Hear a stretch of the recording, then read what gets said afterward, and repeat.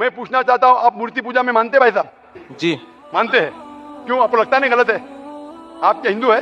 जी आपके मजहबी किताब में लिखा है, छंदों के उपनिषद में, चैप्टर नंबर 6, अध्याय नंबर 2, श्लोक नंबर 1, एकम अद्वितीयम, खुदा एक है, उसके अलावा कोई नहीं है। लिखा है श्वेताश्वेतार उपनिषद में, अध्याय नंबर 6, मंत्र नंबर 9, नाचस्य कस्य जनिता न चदीपा, उस ईश्वर, उस भगवान का कोई रब नहीं, उसके कोई वालदेन नहीं।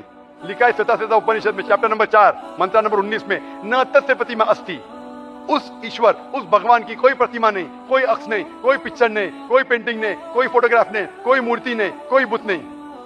लिखा है यजुर्वेद में, चैप्टर नंबर 32, वर्ष नंबर 3 में, मंत्र नंबर 3 में, न तस्य प्रतिमा अस्ति, उस ईश्वर, उस भगवान की कोई प्रतिमा नहीं, कोई अक्ष नहीं, कोई पिक्चर नहीं, कोई पेंटिंग नहीं, कोई फोटोग्राफ नहीं, कोई बुत नहीं, कोई मूर्ति नहीं।